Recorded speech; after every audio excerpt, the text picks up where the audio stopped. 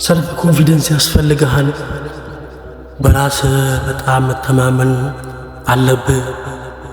አንተ ትልቅ ኃይል አለ። በጣም ብዙ ነገር ማድረግ ትችላለህ። ተነስ፣ እችላለሁ፣ አደርጋለሁ በል፣ አድርገም እያሉ በራስ ላይ እምነትህን እንድታሳድር በቅንነት ተነስተው የሚያስተምሩ በጣም በርካታ ሰዎች አሉ። በእርግጥ እነሱ ለሕዝቡ ከመጨነቅ ለወንድሙ ከማሰብ በመነሳት በቅንነት ተነስቶ ለቅን ነገር እያስተማረ ሊሆን ይችላል። ሁሉም ሰው ግን የሚያስተምረው ነገር ትክክል ነው ማለት አይደለም። ትክክል ነገር ለማስተማር ስተት የሆኑ ነገሮችን እያስተማርን የምንገኝበት ጊዜ ይኖራል። ታዲያ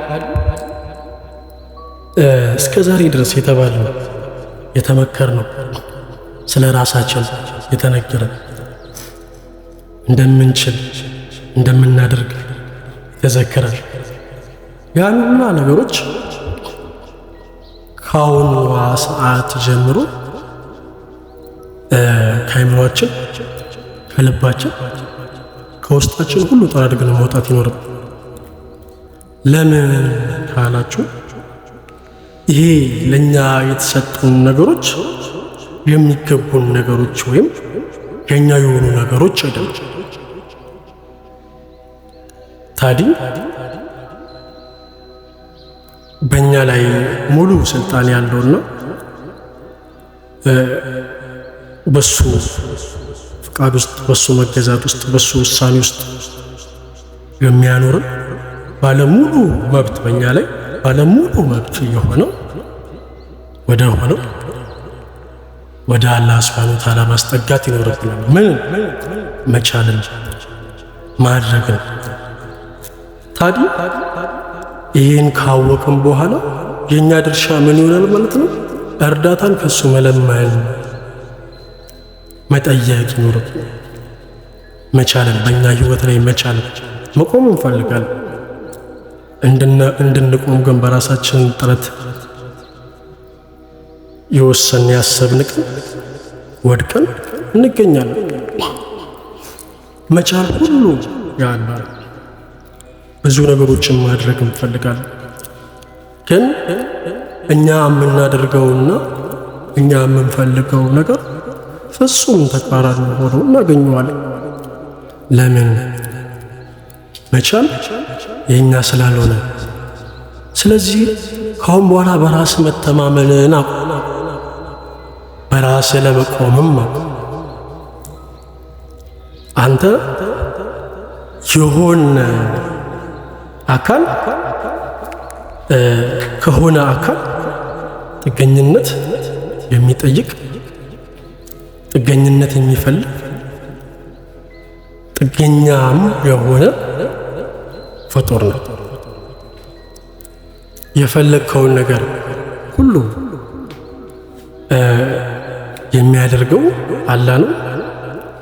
እየሆንከው ያለውንም ነገር ሁሉ የሚያደርገው አላህ ነው። ፈልገ ጤናማ አልሆንክም፣ ፈልገ ሙሉ አካል ያለው ሰው አልሆንክም፣ ፈልገ የቆዳህን ቀለም የዘርህን የቤተሰብህን ሁሉ አልተቀበልም። አንተ ፈልገ በራስ ህይወት ላይ የፈጠርከው አንዳችም ነገር የለም። ሰው ሁላችንም የአላህ ሱብሓነሁ ወተዓላ ፍጥረቶችና በእሱ ስርም እየተገዛን በውድም ሆነ በግድም እየተገዛን የምንኖር የሱ ተጠጊ እሱ ፈላጊ። ያለሱ ሙሉ መሆን አንችልም፣ ያለሱ ማግኘት አንችልም፣ ያለሱ ስኬታማ መሆን አንችልም፣ ያለሱ ምንም ነገር መሆን አንችልም፣ ያለሱ አይናችንን እንኳን ገልጠን መክፈት አንችልም። ስለዚህ አሁን የምንፈልገውን ነገር ሁሉ ከዚህ አካል ከአላህ ሱብሓነሁ ወተዓላ ማግኘት ስለሚኖርብን ከሱም ደግሞ ውጭ በሆነ በየትኛውም ነገር መገኘት ስለማይችል ምን ማድረግ አለብን? እኛ ትተን አንተ ማለት ከዛ ከአላህ ሁሉም ቻይ ሁሉን አድራጊ ከሆነው አላህ ሱብሓነሁ ወተዓላ መከጀል፣ መለመን፣ መፈለግ ማለት የምንለምነው ነገር ደግሞ ተቀባይነት እንዲያገኝ የምንፈልገው የጠየቅነው ነገሮች ደግሞ እንዲኖሩን እንዲሰጠን ያን የምንጠይቀውን አላህን ሱብሓነሁ ወተዓላ ማስደሰት መቻል አለብን። እሱ በዓለም መንገድ ላይ መራመድ መቻል አለብን። እሱ ባዘዘው መንገድ ላይ መዋል፣ እሱ ባዘዘው መንገድ ላይ ማደር፣ ሕግጋቱን መጠበቅ፣ ትእዛዛቱን መከተል፣